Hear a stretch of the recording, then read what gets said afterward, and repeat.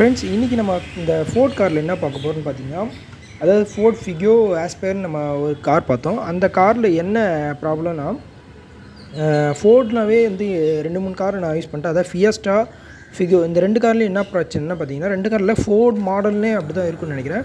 என்னென்னா, நம்ம வண்டி வந்து ஸ்டார்ட் பண்ணி நம்ம மூவ் பண்ணி வண்டி ஓட்டிகிட்டு இருக்கணும். அப்போ வந்து கீரில் ஏதோ ஆஃப் பண்ணிட்டீங்க, இல்லை ஃபஸ்ட்டு கீர் போட்டு மூவ் பண்ணும்போது நீங்கள் வந்து கிளச் பொறுமையாக எடுக்காமல் ஆஃப் பண்ணிடுறீங்க, இல்லை டிராஃபிக்கில் போகும்போது டக்குன்னு ஆஃப் பண்ணிடுறீங்கன்னா, இதில் வந்து ஸ்டார்ட் பண்ணுறது ஒரு ட்ராபேக் இருக்குது. அதான் பார்த்தீங்கன்னா, சாவி ஆன் பண்ணி நம்ம ஆனில் தான் இருக்கும், வண்டி ரன்னிங்கில் இருக்கும்போது டக்குன்னு ஆஃப் ஆகிடுது. அப்போ சாவிலாம் ஆனில் இருக்கும், டக்குன்னு நம்ம இன்னொரு டேர்ன் பண்ணால் இன்ஜெக்ஷன் ஸ்டார்ட் ஆகும். இது வந்து எல்லா வண்டியிலையும் காமனாக இருக்கும். பட் ஆனால் இந்த வண்டியில் அப்படி இல்லை. இந்த வண்டியில் என்னென்னா, மறுபடியும் நம்ம சாவி ரிட்டர்ன் பண்ணிவிட்டு அதுக்கப்புறம் ஸ்டார்ட் பண்ண வேண்டியதாக இருக்கும்.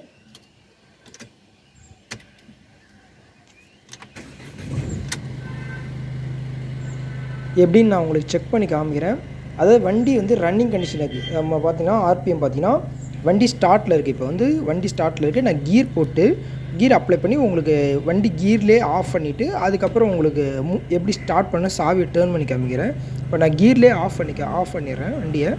அதாவது பிரேக் அப்ளை பண்ணி, சாவியில் ஆஃப் பண்ணல, பிரேக்கில் அப்ளை பண்ணி நம்ம கிளச்சை வேகமாக எடுத்து ஆஃப் ஆகல, அந்த மாதிரி ஆஃப் பண்ணிடுறேன்.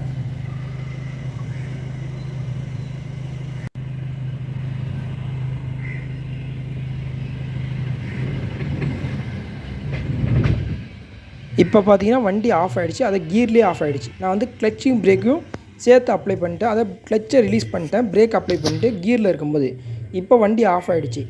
இப்போ நான் அப்படியே வந்து கீயை டேர்ன் பண்ணலாம். இது வந்து நார்மல் காரில், டாட்டாவில் இல்லை மாருதிலாம் பார்த்திங்கன்னா நார்மலாக கீயை டேர்ன் பண்ணால், அதை நம்ம இன்ஜெக்ஷன் ஸ்டார்ட் பண்ணுற மாதிரி டேர்ன் பண்ணால் ஸ்டார்ட் ஆகும்.